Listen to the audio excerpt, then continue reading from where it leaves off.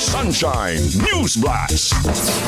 Mga balitang national, international o guban pa, mubalik mga kapartner, human lamang ni pipila ka pahinumdum.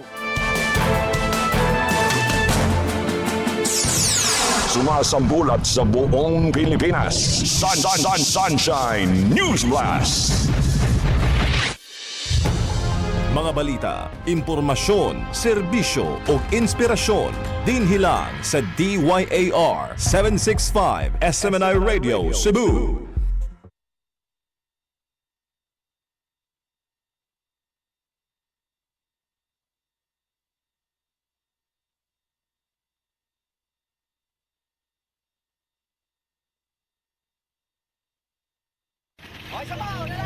May nararamdaman ka na ba sa katawan mo? Taon ng maling pagkain, bisyo, abuso sa katawan. Ito ang kailangan mo. Lactopuffy, isang lactobacillus food supplement gawa sa natural at piling-piling sangkap. May vitamins at minerals at maraming buhay na good bacteria. Pampalakas ng resistensya. Mag-Lactopuffy araw-araw. Natural ang galing.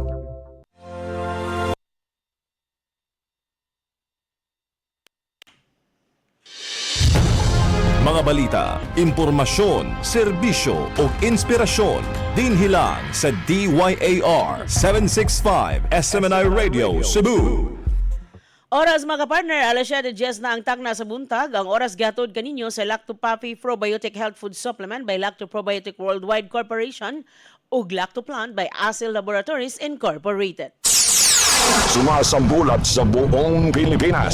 Sunshine News Blast. News Blast Pilipinas.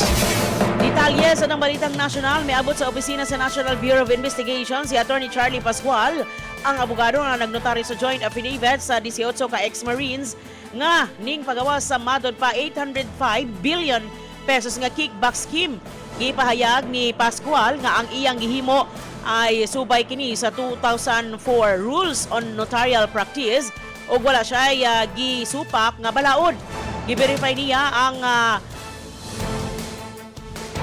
ang maong lagda o gisiguro nga voluntaryo nilang gipirmahan ang dokumento. Gipahimangno usab ni Pascual nga ang notaryo walay labot sa sulod sa affidavit ug ang trabaho lang niya mao ang pagsiguro nga kinabubuton ang pagpirma og walay puwersa nga nahitabo.